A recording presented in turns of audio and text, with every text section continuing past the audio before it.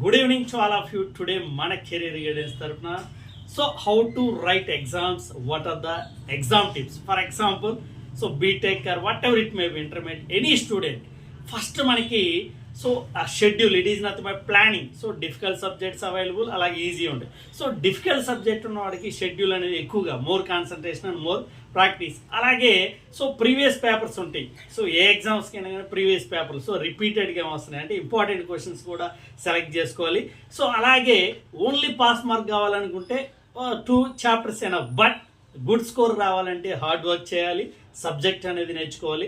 అలాగే సో నేర్చుకున్న తర్వాత ఎగ్జామ్స్ ముందు వచ్చేసరికి ఆ టెక్నిక్స్ అన్నీ కూడా ఏవైతే మనం నేర్చుకుంటామో రన్నింగ్ నోట్స్లో పర్ఫెక్ట్గా నేర్చుకుంటే ఎగ్జామ్ ముందుగా ఆ రన్నింగ్ నోట్స్ని ఈజీగా రెఫర్ చేయొచ్చు. So schedule is the important, అలాగే ఇంపార్టెంట్ క్వశ్చన్స్, అలాగే సబ్జెక్ట్ అనేది థరోగా నేర్చుకోవాలి.